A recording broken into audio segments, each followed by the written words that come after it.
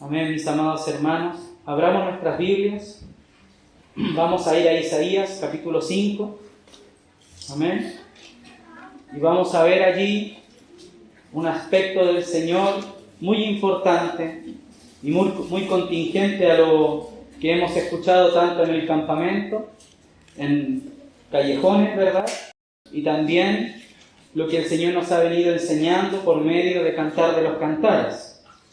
Y que el Señor nos consiga en nuestro corazón iluminar para darnos cuenta, hermanos, que sin Él estamos absolutamente perdidos. Y no solamente perdidos, sino que aún muertos, ¿verdad? Y como decía un hermano, una cosa es estar en una casa sin luz y otra es estar en una casa sin luz y ser ciego, ya que al venir la luz, el ciego aún continúa sin poder ver. Así éramos nosotros en otro tiempo, hermanos, que a pesar que el Señor podía hablarnos, no teníamos la capacidad en nuestro corazón, ni en nuestro cuerpo, ni en nuestra mente para entenderlo.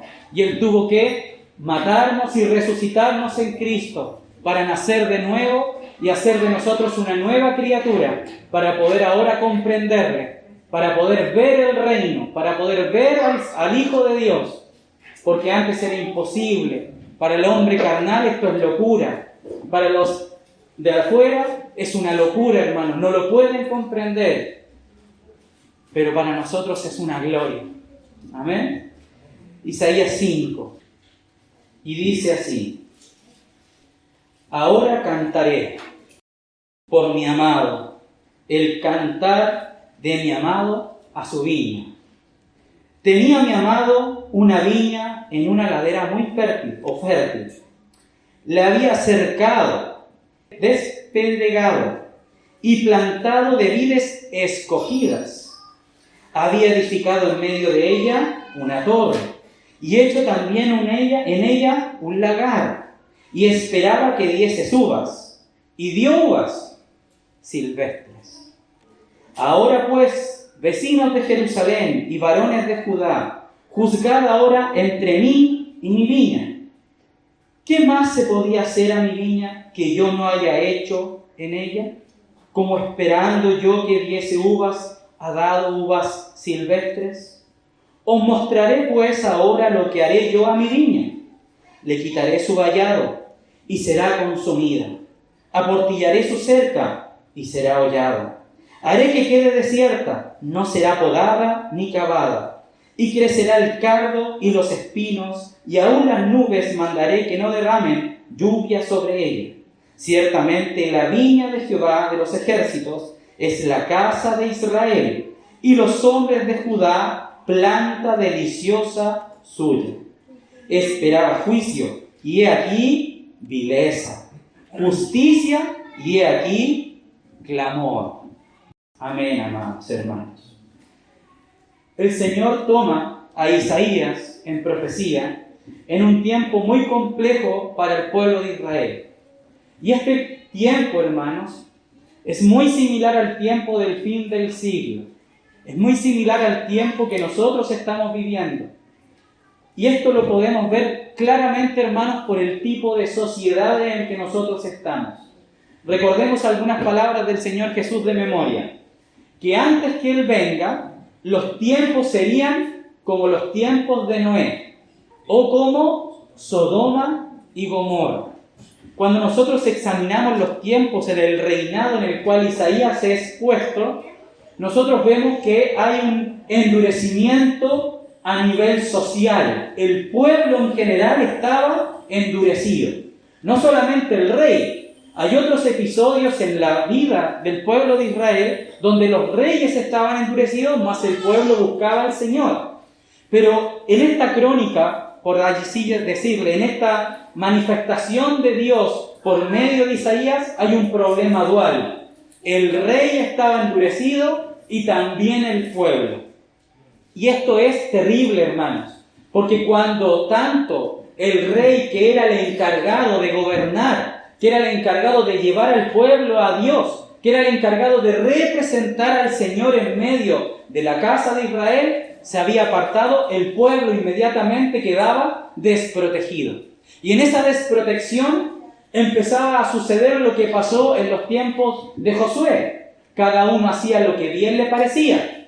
Y esto trajo consecuencias al pueblo porque los pueblos de alrededor comenzaban a poner los ojos en Israel para asediarlo, conquistarlo, destruirlo. Los pueblos que están alrededor de Israel representan constantemente a lo largo de toda la Escritura la obra del enemigo. Amén. La obra de Satanás. Algunos pueblos representan la carne, algunos pueblos representan las tentaciones, otros pueblos representan la persecución, otros pueblos representan las tentaciones. Pero en general toda la obra del enemigo, todo lo que el enemigo puede utilizar para sacarnos de Cristo, para sacarnos de la vida del Señor, son representados en estos pueblos. Pero el problema no es que estos pueblos existan, porque constantemente existen. Cuando el Señor en Génesis comienza la creación, hay una frase muy importante en el verso 3, y dice así, de memoria, y dice, la tierra estaba desordenada y vacía, y el Espíritu de Dios se movía sobre la faz de las aguas, y las aguas habían tinieblas. Entonces, verso 4, dijo Dios, sea la luz, y fue la luz, y vio Dios que la luz era buena. Y eso inmediatamente a nuestra mente nos debe golpear en nuestra razón y decir, entonces las tinieblas son malas. Porque la contraposición a lo bueno es lo malo. Amén. Entonces, en esa luz que el Señor manifestó, ¿verdad? Que era, y después Juan en su Evangelio nos enseña y nos dice, y la luz verdadera, la luz que Dios había traído, ¿verdad? A la revelación, ese sea la luz, extraer, ¿verdad? De la inexistencia o de la inexistente habitación, traerlo a la realidad. Esa luz se convirtió, se debería haber convertido, mejor dicho, en la luz de los hombres. Pero los hombres, sintetizando todo el capítulo 1 y llegando al capítulo 3 de Juan, dice, amaron más las tinieblas que la luz, porque sus obras eran malas. O sea que la manifestación del poder de Dios tiene un lugar, sea la luz. El Señor trae la existencia de la luz para reprender las tinieblas. Pero si en esa luz yo permito que las tinieblas avancen, Dios no va a pasar por alto mi necedad y va a permitirlo. A veces nosotros, hermanos, cuando estudiamos las Escrituras desde Génesis a Apocalipsis, vamos a ver una progresión, una batalla constante. Y esta batalla va a ir en aumento, álgido. Las tinieblas contra la luz.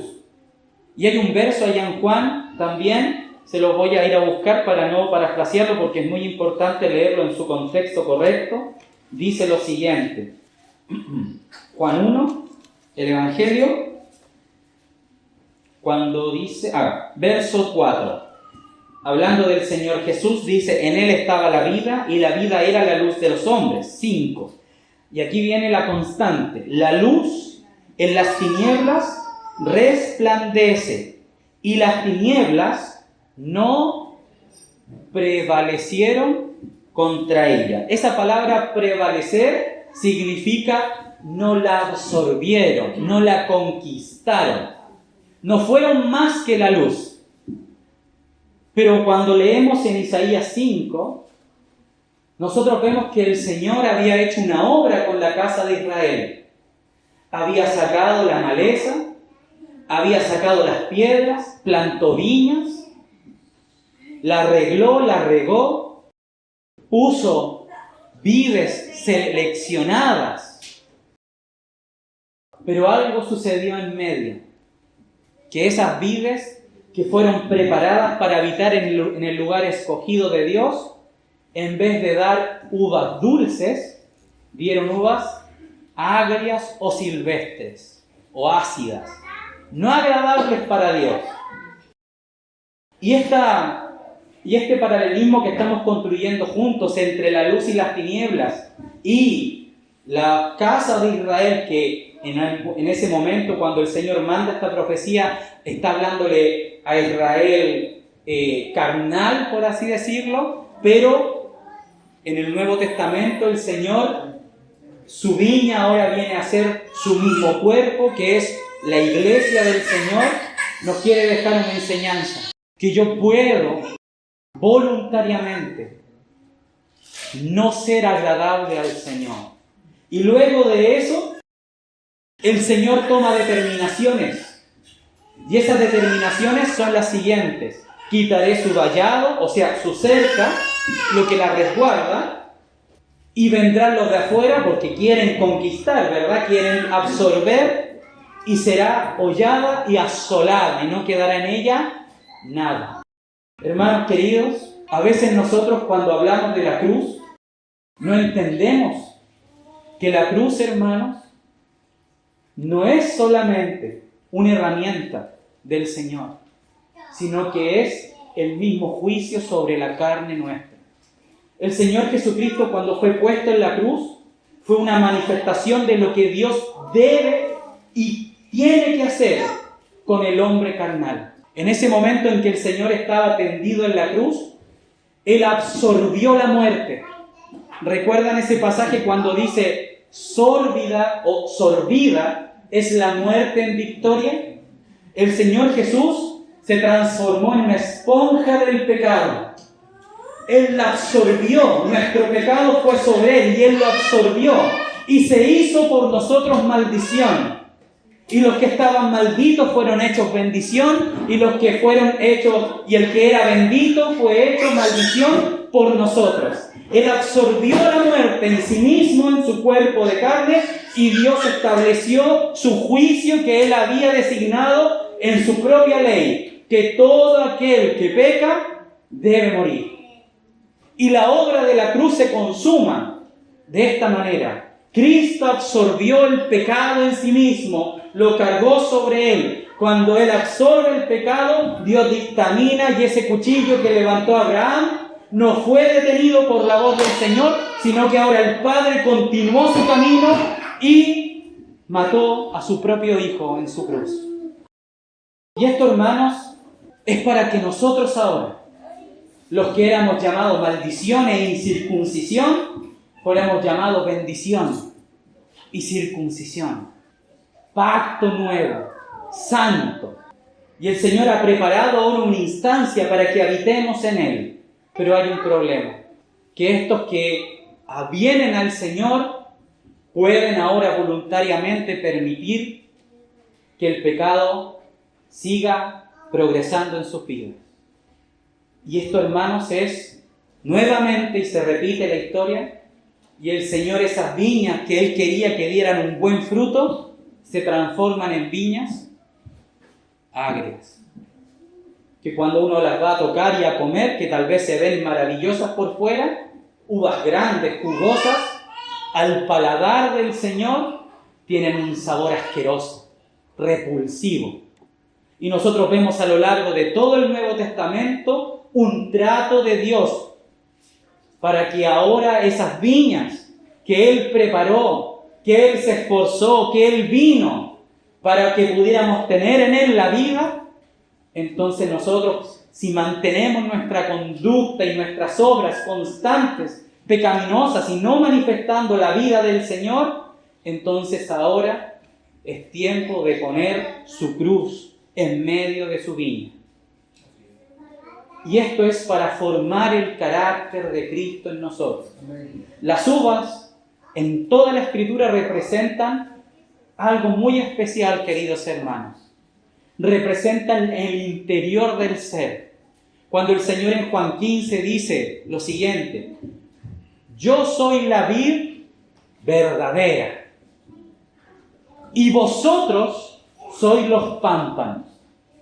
Ya no es una viña que está tratando de producir frutas sola, sino que el mismo Señor se hizo carne. Ahora yo también voy a estar con vosotros como viña, para que mi vida fluya por medio de ustedes. Porque como el pueblo de Israel intentó dar frutos y dio frutos agrios, ahora la iglesia tiene la oportunidad de dar fruto dulce a su paladar. Un vino agradable, un lagar aromático. Y en esa fuerza del Señor, Él quiere ahora que seamos implantados en su vida para que ahora con su potencia, con su fuerza, salga de nosotros como pámpanos un fruto dulce. Pero en Juan 15 no se habla tanto de eso. Y dice, y todo pámpano que en mí, que aún estando en él, no da fruto, tiene que ser cortado. Y luego ese cortar, dice, y será juntado y lanzado al fuego. Hay varias interpretaciones de ese verso, pero en todas se nos deja y nos hace ver lo siguiente. Hay una disciplina de parte del Señor. Ciertamente, hermanos, el Hijo llevó la cruz por nosotros y Él ahora busca que nosotros no necesitemos ser disciplinados constantemente si hemos estado en Cristo, ¿verdad? Poder dar su vida, poder dar su aroma, poder dar su sabor. Pero cuando nos desconectamos de la vida de Dios, entonces el Señor debe aplicar ahora una cruz. Esta es una cruz que proviene para formar a Cristo en nosotros. Para que la vida del Hijo sea también mi vida. Para que la luz del mundo también ilumine yo juntamente con Él. Para que esa sal del mundo también yo participe y sea sal en medio de este mundo podrido y contaminado. Hermanos amados, que el Señor nos ayude a poder entender que hemos sido llamados a una obra de fervor, de amor, para con el Señor. Que Él no echa fuera a nadie, que Él quiere que todos participen. Mas nosotros mismos muchas veces no queremos venir a Él para que seamos limpiados y podamos dar el sabor del Señor. Que cuando un hermano venga a mí o venga a usted y tenga que presenciar un acto suyo, una palabra suya, una mirada suya, no se encuentre con un sabor agrio, un sabor pasado, un sabor a viejo, un sabor sucio, un sabor seco, sino que se encuentre con la vida del Hijo en nosotros. Que cuando un hermano venga desconsolado no encuentre en mí un rechazo, sino que encuentre en mí al mismo Señor con sus brazos extendidos muriendo por Él. Que cuando un hermano venga pidiendo un consejo, no encuentre en mí un hombre soberbio y altivo, sino que pueda encontrar en mí un hombre afectuoso, que se preocupa de su iglesia, que camina con su iglesia, que ama a su iglesia. Este es un pasaje muy terrible, hermanos, Isaías 5. Cuando lo estaba estudiando, el Señor ponía en mi corazón tantos aspectos de Él, cuando habla de esas vides escogidas. El Señor comenzó a preparar estas vides desde el tiempo de Abraham. Y le empezó a prometer a Abraham que él iba a dar una descendencia y que ese iba a ser su pueblo y que el pueblo iba a caminar con él, y él sería su Dios y que en él serían benditas todas las familias de la tierra. Esos eran los proyectos de Dios con la descendencia de Abraham. Pensamientos de bien y no de mal. Y verdaderamente son pensamientos de bien. Pero qué terrible fue, hermanos, cuando el pueblo de Israel en ese peregrinaje desde el tiempo del Éxodo hasta el tiempo de los reyes, solamente dio un sabor amargo. Qué triste sería, hermanos, que después de 30 años nosotros caminando en el Señor, o 15, o 20, o un año, o 40, encontremos en nosotros mismos, hermanos, aún el sabor del viejo hombre, aún el sabor de una madera gastada, aún el sabor ácido y terrible de la contaminación del pecado. Que pueda en nosotros el Señor hallar el carácter de su Hijo. Vamos a cantar de los cantares para ver un pasaje muy importante, hermanos, que se compartió hace un tiempo atrás con respecto a esta mujer de Cantares, que dice así en el verso 6. Y quiero que podamos ver juntos, hermanos, que hay una solución a esto, que hay una solución a tu mal sabor o a mi mal sabor, pero que depende de mi disposición. Y dice, capítulo 1, verso 6. No reparéis en que soy morena, porque el sol me miró. Los hijos de mi madre se airaron contra mí, me pusieron a guardar las viñas, y mi viña que era mía, no guardé. Los pasajes que el Espíritu Santo puso en el pensamiento de Salomón cuando escribía Cantar de los Cantares están directamente relacionados con Isaías 5. El inicio de Isaías 5 es un canto. Isaías, cuando profetizaba muchas de sus profecías, él llamaba a un tañedor o a una persona que era experimentada en instrumentos de cuerda, y él tocaba y Isaías comenzaba a cantar profecía. Y esta que leímos en Isaías 5 es justamente un canto. Y comienza Isaías, ¿verdad? Y dice lo siguiente: ahora cantaré por mi amado. O sea, esto es que el hijo, ¿verdad? El amado, está cantando por medio de Isaías. Cantaré por mi amado, de mi amado y su viña. Y acá en Cantar de los Cantares, que es el canto de los cantos, hay una higuera, hay una viña, y también hay lagar, y hay, si mi memoria no me falla, un huerto. Y todos ellos, a lo largo de Cantar de los Cantares, van a ir moviéndose, cambiando. Van a estar en un estadio y luego van a pasar a otro y a otro y a otro. Entonces, aquí vemos que hay una viña que fue tomada por menos, descuidada. Una viña que no logró llegar a lo que el Señor quería, y esta mujer que tenía el encargo de trabajar en su viña, era de ella, en vez de hacer eso, se puso a trabajar en otras viñas que no le correspondían. Y por eso generó un problema en medio de sus hermanos. Y sus hermanos se airaron contra ella, se enojaron, se pusieron a pleito, ¿ya? Entonces el primer estadio de la viña de Cantares es similar al tiempo final de la viña de Isaías. Hay un asolamiento. Entonces, si pudiéramos contrastarlo de una manera correcta, es que son no directamente proporcionales, sino inversamente proporcionales. Muchas gracias, hermano. Lo que pasó al final de Isaías, aquí está al principio. Y lo que el Señor quiere lograr al principio de Isaías, está al final de Cantares. Y fíjense lo que va a suceder.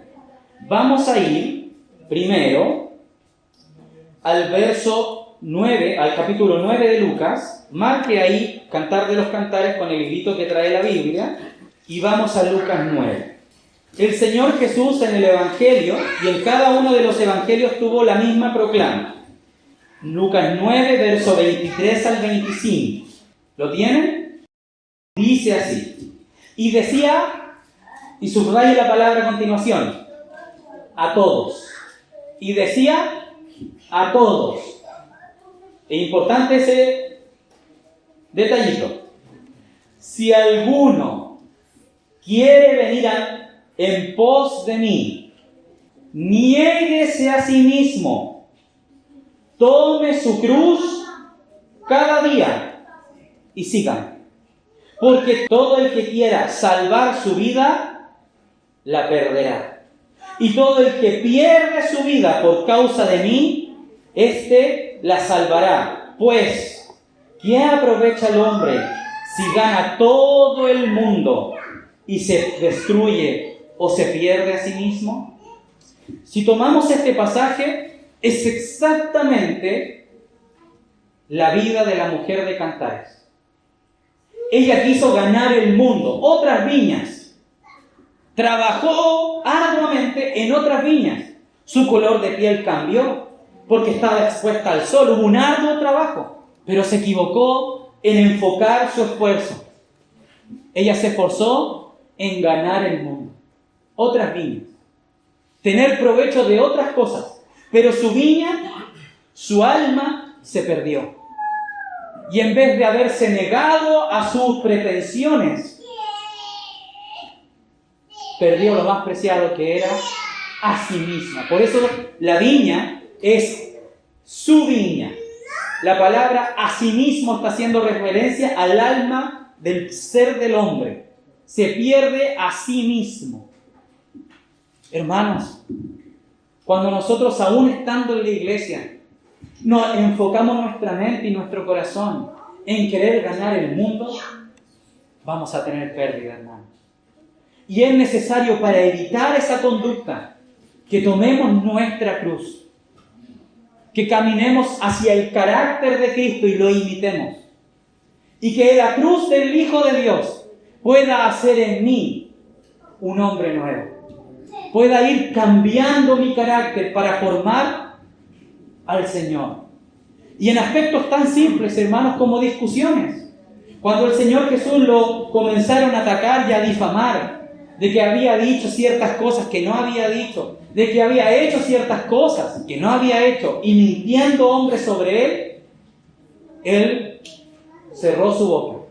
Como cordero fue llevado al matadero. Ahí está la cruz en la defensa del Señor. Él se reservó el autodefenderse. Entonces a nosotros, hermanos, cuando comiencen a difamarnos y a decir cosas de nosotros, guardemos silencio. Seamos como el Señor. No nos defendamos. Dejemos que la justicia del Señor prevalezca. Que la victoria del Señor sea completa. Que Él gane y que nosotros perdamos.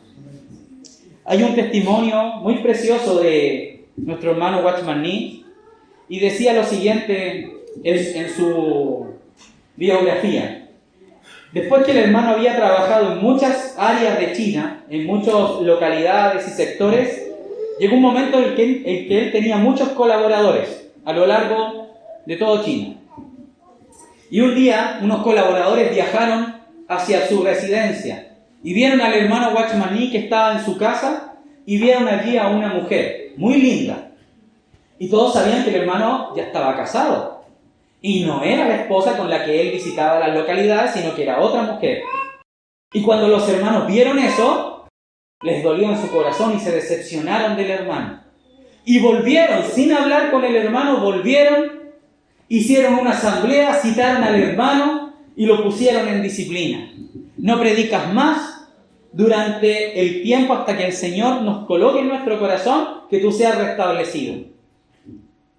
El hermano dijo amén, guardó silencio, y el hermano Watchman Nee fue puesto en disciplina, hermano. Imagínense, tremendo.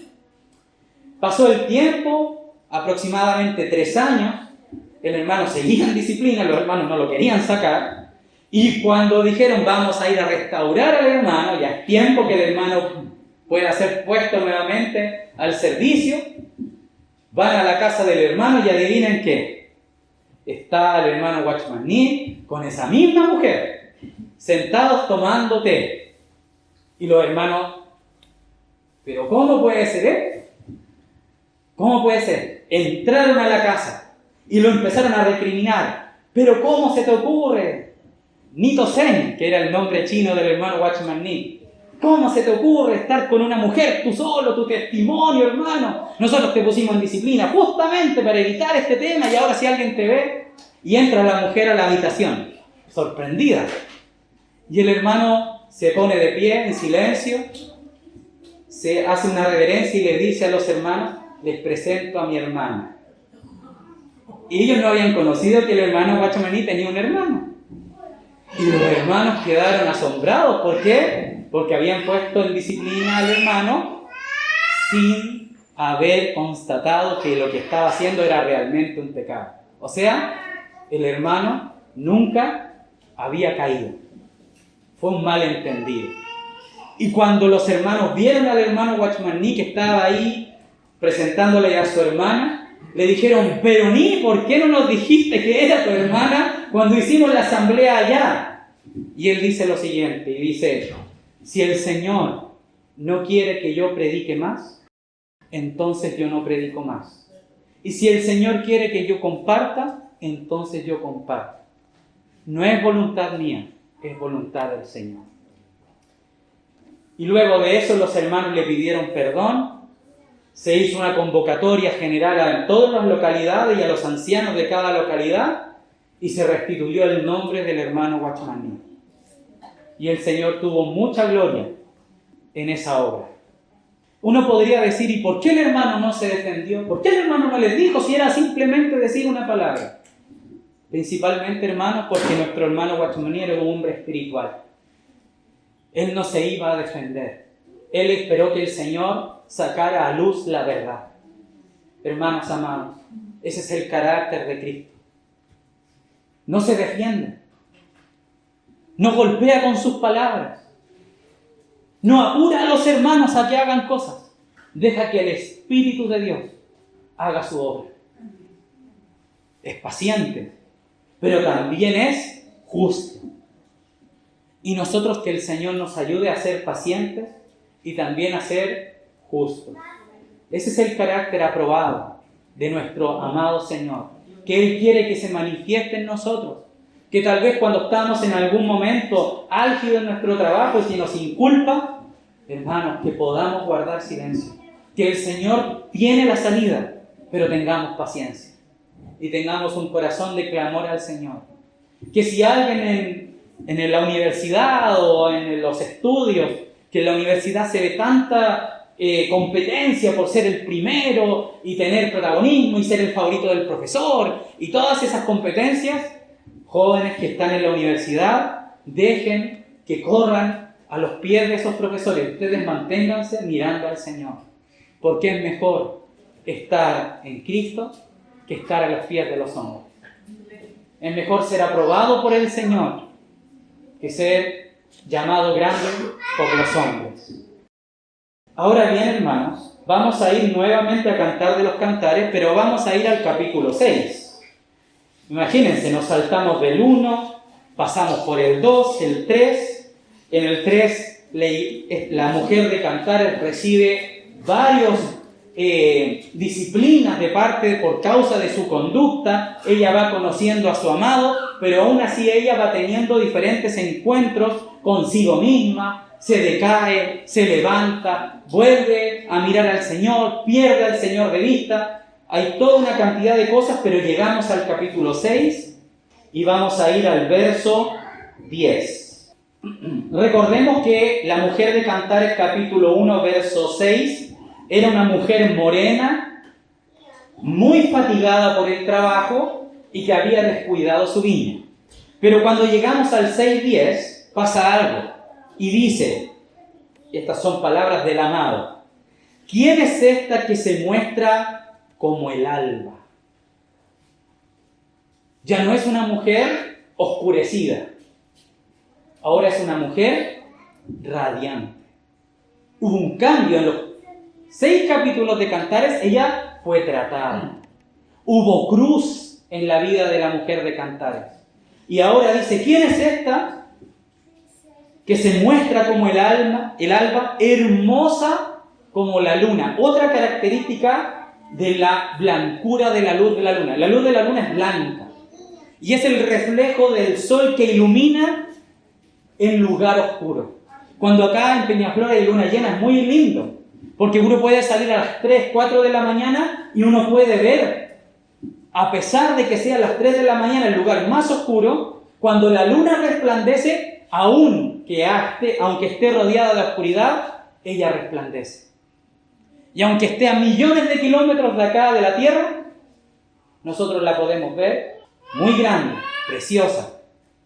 Y esta es una representación de la iglesia que ha sido tratada. Que aunque el mundo se esté partiendo en dos, que aunque afuera esté la delincuencia, la violencia, que nosotros podamos resplandecer en medio de las tinieblas, como la luz de la luna.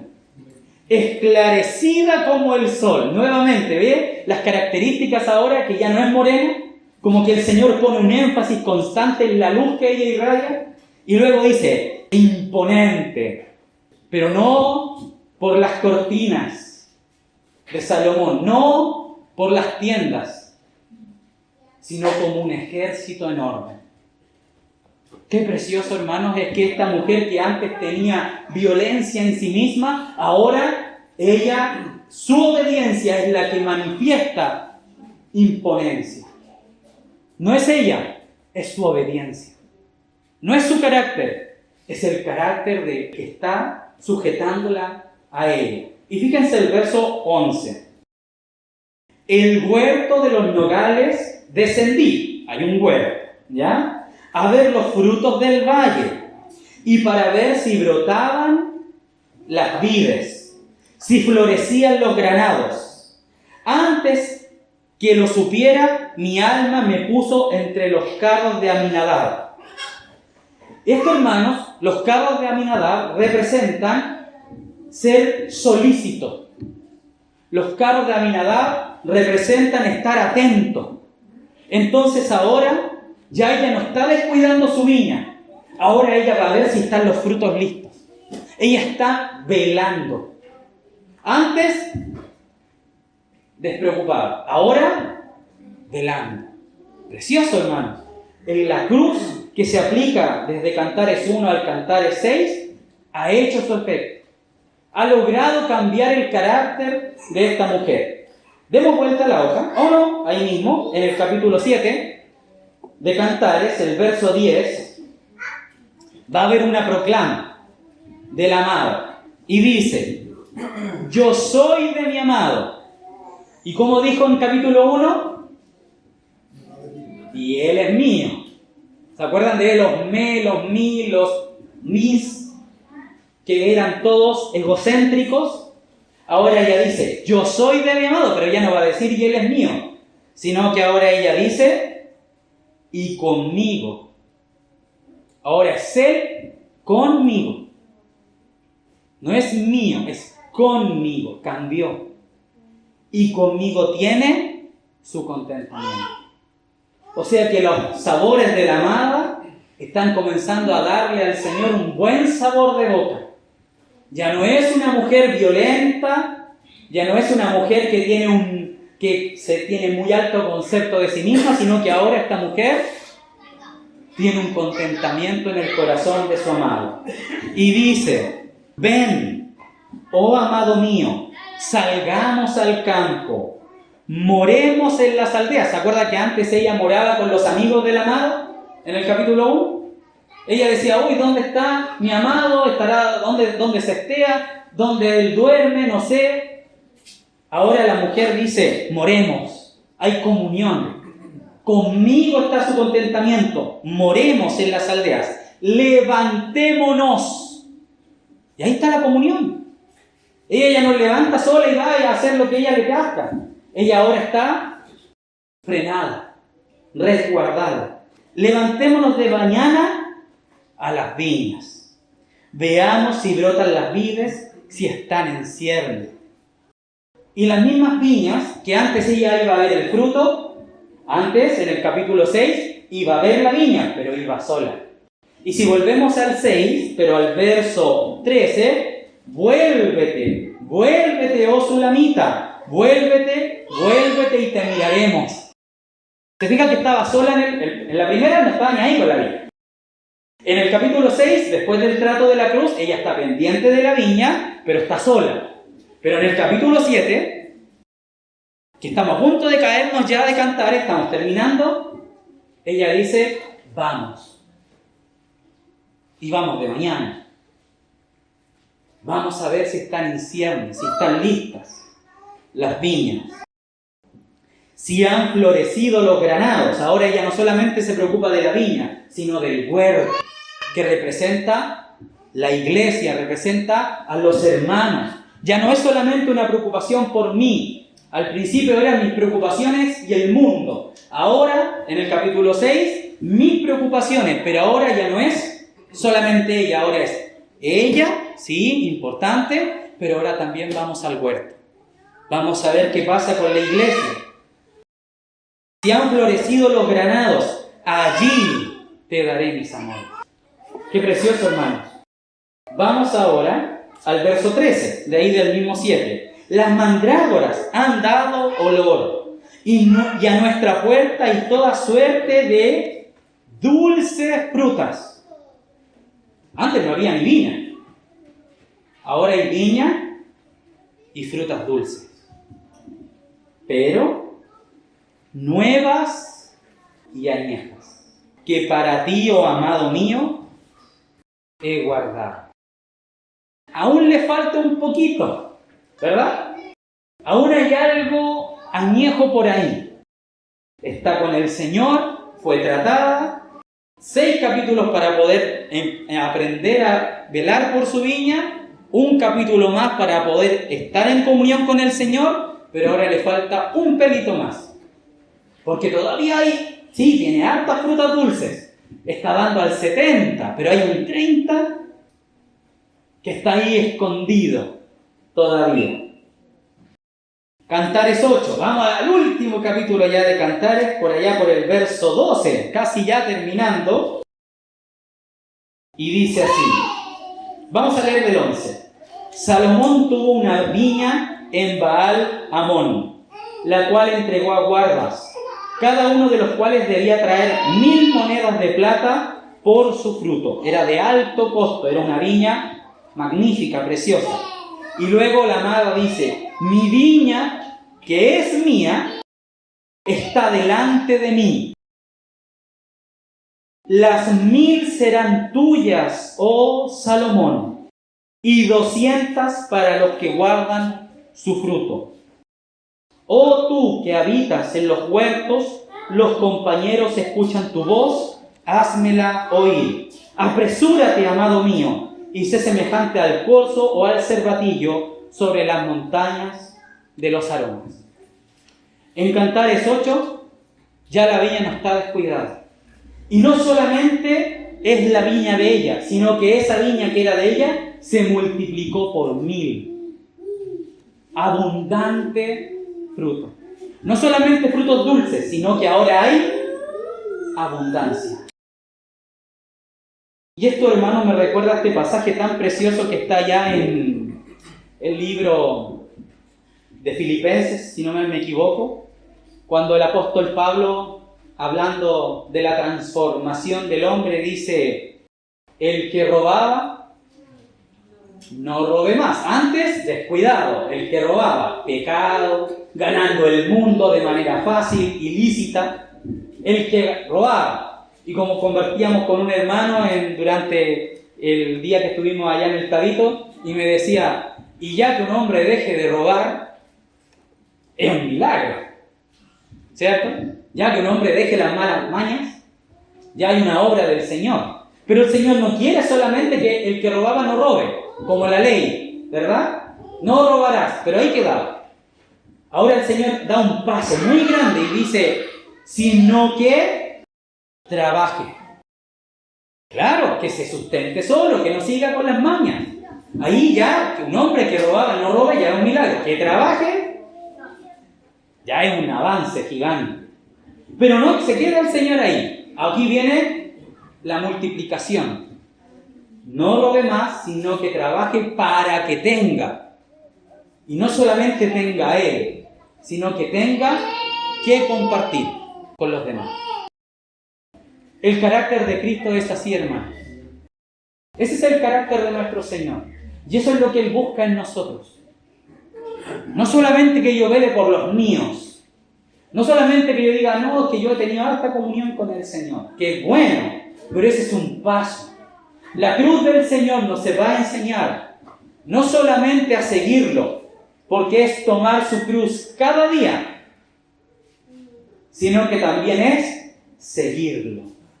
Una cosa es que yo tenga la cruz en mi casa y la tomo, y la otra es salir con ella a las jornadas que el Señor tiene preparadas para nosotros. Que el Señor nos ayude, queridos hermanos, a que seamos una obra limpia, a que seamos una vid fructífera y dulce. No solamente dulce, fructífera y dulce. Y que cumplamos el mandamiento de aquel Génesis, ¿verdad?, de Adán y Eva, cuando les dicen, multiplicaos y fructificar. Una cosa es aumentar en cantidad, que es glorioso. Hermanos que salen a evangelizar, que visitan casas, que llaman al arrepentimiento a los hermanos, glorioso. Pero ¿qué sacamos con ser 500 acá y ser todos una división guerra entre unos y otros, divididos en nuestro corazón, desprecio entre unos y otros, levantar nuestras manos y decir: yo, Señor, te amo. No sé los demás, ni me interesa, pero yo estoy aquí por ti. Triste sería que nuestros cantos fueran mi canto hacia el Señor, pero no pudiese tener también un canto con mi hermano. Que podamos cantar de verdad esa alabanza que dice: tengo mis manos llenas de bendiciones y estas son para ti, Señor. Y que no me miren mucho. No, ¿verdad? Estas son para ti, Señor. Sí, pero también para tus hijos. Que si yo tengo un buen carácter con mi esposa y la amo y la saco, y ella, uy, mi esposo es tan amante de mí y me ama, que eso mismo también pueda alcanzar a la iglesia y ser un hermano dulce en la iglesia, dulce en la predicación, dulce en la alabanza, dulce. No un hermano que pasa adelante, guitarreando, ¿verdad? No, dulce hermano. Un carácter afable, tratado por la cruz de nuestro Señor. Salmo 15. Dice así. Yo se lo busco, mis queridos hermanos. Y si usted lo quiere buscar y es más rápido que yo, vaya. Y dice: Jehová. Y aquí el salmista tiene una reflexión y pregunta en su corazón: ¿quién habitará en tu tabernáculo? ¿Y por qué se hace esa pregunta el salmista? Porque el Señor es alguien tan maravilloso, tan excelso. ¿Quién va a entrar allí, Señor? ¿Quién podría estar contigo en comunión perfecta? ¿Quién morará en tu monte santo? Y aquí el Señor responde, ¿verdad? Con algunas características. Y dice: el que anda en integridad, hace justicia y habla verdad en su corazón. Y esas son características del Hijo de Dios, de Cristo. Yo me coloco ahí y salgo rechazado. El timbre va afuera. ¿Por qué? Porque el Señor tiene que tratarnos, transformarnos, corregirnos y disciplinarnos por medio de su cruz. Él quiere darnos, ¿verdad? Que nos habitemos con Él. La iglesia en la Odisea se le dice: y los vencedores se sentarán conmigo. Pero no puede entrar la iglesia tuerta, sucia o desnuda, desventurada, toda chascona, ¿verdad? A sentarse con el Señor. Por eso el Señor le dice: tú estás desnuda, estás sucia, etcétera, etcétera. Y es duro el Señor. Pero es que no pueden ingresar allí, sino los vencedores, los que han ido y se han lavado, los que se han tornado limpios de manos y puros de corazón. Uno hermano puede decir: pero hermano, eso es imposible. Nos es imposible en nosotros mismos. En nosotros mismos, imposible vivir la vida cristiana. Pero si estamos en Cristo, entonces Él nos va a dar la fuerza para experimentar el carácter de su Hijo en medio de la iglesia. El que anda en integridad. ¿Qué significa integridad? Que lo que yo digo, eso hago. Si yo le digo a mi hijo: tiene que leer la Escritura, hijo, mi hijo no me ve viendo un partido de fútbol, sino que me ve leyendo la Escritura para yo poderle decir que lea la Escritura. Si yo le digo a mi hijo: hijo, usted tiene que orar más, tiene que el hijo mirar y decirle: ¿y Boston? No, ¿verdad? Yo no debo interrumpir el testimonio de mi hijo. ¿Qué debo hacer? Ir, y mi hijo me debe ver orar, para que él pueda también decir: si mi papá ora, yo también oro. Si mi papá es amador de mi mamá, entonces yo también voy a ser un buen esposo. Eso es la integridad. Lo que yo me gusta a mí decirle a los demás: hermano, corrija esta actitud, hermano, sea así. Entonces los hermanos, cuando me miren, no vean un dedo. Debemos, uy, estamos llenos de debemos, sino que los hermanos vean en mí un hacedor. No uno que debe, que está lejos, que nunca va a llegar. No. Si yo tengo la osadía de decirle a mis hermanos que oren, entonces yo debo orar solo y también con ellos. Si yo le digo a mis hermanos, hermanos, visiten a los que están tristes, entonces yo debo estar también con ellos para ayudarlos e incentivarlos al amor. Porque el Hijo de Dios que vino y nos dijo que estábamos muertos en delitos y pecados, Él se hizo muerto y maldito por mí, para que yo tuviese vida. Y esa es la cruz, amados hermanos. Esa es la cruz de Cristo. Que el carácter del Hijo eterno y precioso en estos hombres deformes puedan ir siendo transformados por su cruz hasta el día de su venida. Y ser perfeccionados y esperarle con gratitud de corazón. Voy a leer algunos pasajes rasos de la Escritura que están a lo largo de todo el Nuevo Testamento acerca de la cruz, para que veamos que todos los apóstoles coinciden en esta base, que es llevar la cruz y tomarla para ser formados en el carácter del Hijo. Y dice así, Gálatas 2:20, con Cristo, dice Pablo, estoy juntamente crucificado y ya no vivo yo. Ya no existe Pablo, sino que Cristo vive en mí. Y lo que ahora vivo en la carne, ya no lo vivo para mí, ya no gano el mundo, sino que ahora lo vivo en la fe del Hijo de Dios, el cual me amó y se entregó a sí mismo por mí. Más adelante, en el 5 dice, pero los que son de Cristo han crucificado la carne con sus pasiones y deseos.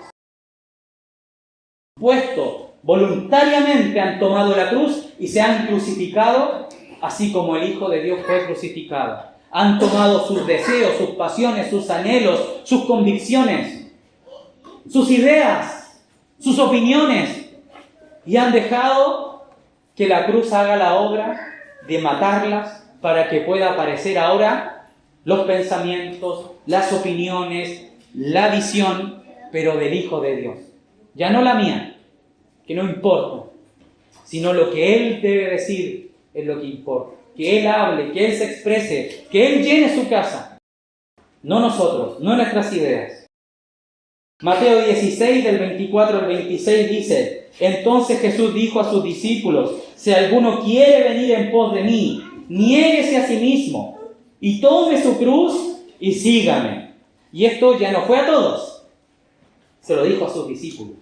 Ya no fue a todos los que lo escuchaban cuando iba predicando, sino que se lo dijo ahora a sus discípulos. Porque todo el que quiera salvar su vida la perderá, y todo el que pierda su vida por causa de mí la hallará. Porque ¿qué aprovechará el hombre si ganare todo el mundo y perdiere su alma? ¿O qué recompensa dará el hombre por su alma? Gálatas 6, verso 14 dice, pero lejos esté de mí gloriarme, como la mujer de Cantar es uno, ¿verdad? Gloriarse en lo que es. Lejos esté de mí de gloriarme, sino en la cruz de nuestro Señor Jesucristo. Y esta es la aplicación de la cruz. Por quien el mundo me es crucificado a mí y yo al mundo. Y para finalizar, Hebreos 12, verso 1 y 2. Por tanto, nosotros también, teniendo en derredor nuestro tan grande nube de testigos, despojémonos. Y ahí está la cruz. Me humillo, me despojo, me saco esa ropa vieja. Despojémonos de todo peso y del pecado que nos asedia y corramos con paciencia la carrera que tenemos por delante. Puesto los ojos en Jesús, el autor y consumador de la fe, el cual por el gozo puesto delante de Él, sufrió la cruz, menospreciando lo propio, y se sentó a la diestra del trono de Dios.